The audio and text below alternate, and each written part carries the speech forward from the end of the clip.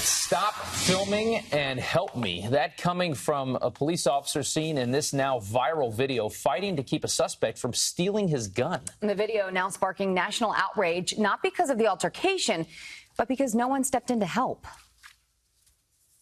Hey, you don't let go. Why did you do that? Stop grabbing my gun. Oh my God! I didn't grab his gun.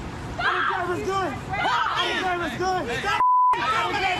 He's not gonna kill you. We all out here with cameras. So how can we change this mentality and de-escalate the war on police? Here to weigh in on that is former NYPD officer Dr. Darren Porcher with us this morning. You see that video, it's disturbing to see the inaction. You know, fine to say the least. Right, yeah. I mean, it's troublesome. You know, one of the things is we look at police officers in this day and age, they've now become impervious to people filming them, so to speak. But the truth of the matter is, if an officer needs assistance, if you're absolutely sure that you can help that person safely and effectively, by all means, lend that helping hand. I understand the public in many instances is not trained to deal with officers in these types of interactions because we take in consideration co-conspirators can be on the fringe. However, this is a life and death issue, and we have to take in consideration the human factor that should kick in, and not just helping police officers, but our fellow man. Now, playing devil's advocate for a second, because I feel like anytime, I don't know, you've been out somewhere where police are trying to secure a scene, they're always saying, step away, back away. Like, police officers typically don't want you to get involved in a situation because they don't want the chance of you getting hurt, right? So how are people just supposed to say, I'll step in here, but I won't step in here? How do you know when to do it?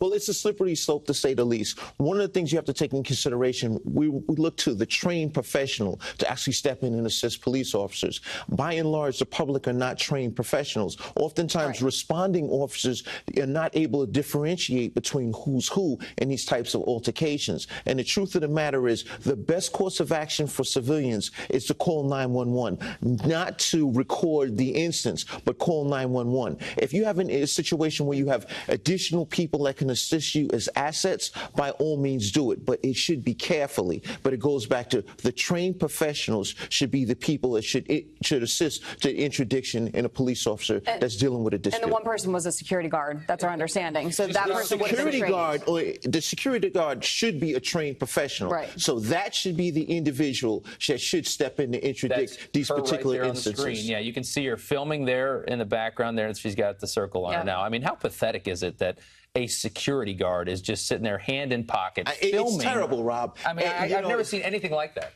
Well, I have, and unfortunately, it goes back to this is what people are doing in this new day and age. They're looking to film things and put it on social media as opposed to assisting your fellow man. The truth of the matter is we should all be good Samaritans and do what you can. Yeah. It may not evolve into a physical confrontation with an assailant, but you can always dial 911. It's hard sometimes to get out of that mentality, though, of constantly having the phone in your hand and recording everything. Is that helping or hurting police officers? Well, it goes back to what I mentioned earlier. Police officers have now become impervious to people filming these altercations. When we look at body cam video, things to that effect, the average citizen, I should say citizen and police officer, is videotaped or photographed roughly 100 to 200 times a day in a place like New York. So when we take in consideration an expectation of privacy, we really don't have it. And officers have since understood this, and that's the way they go through the day-to-day. All right, so there's this new idea in New York City that they're going to offer $500 in cash if you help a police officer stop a suspect. Now, I like this idea on its face, but I feel like this is going to be a big issue legally. Yeah. If you have people interjecting themselves with suspects, if you try to help take down somebody, couldn't a lawyer pick that apart? I mean, isn't there a risk there? Well, this evolved from Ed Mullins, who's the Sergeants Benevolent Association president for the NYPD Sergeants Association. I understood where he was coming from, but the truth of the matter is, Rob, as you mentioned, we live in a highly litigious society. Yeah. Lawsuits have maintained a level of prevalence. Therefore, we really need to use the ultimate discretion in these types of instances, because what happens if a person steps in to attempt to assist a law enforcement official, and that person that they're assisting against a law enforcement official is injured, then that person sues not just the police officer and that individual. The Good Samaritan clause does come into play, but at the same token, you don't want to put yourself in that type of instance. And it goes back to let the trained professionals handle these types of interactions. Yeah.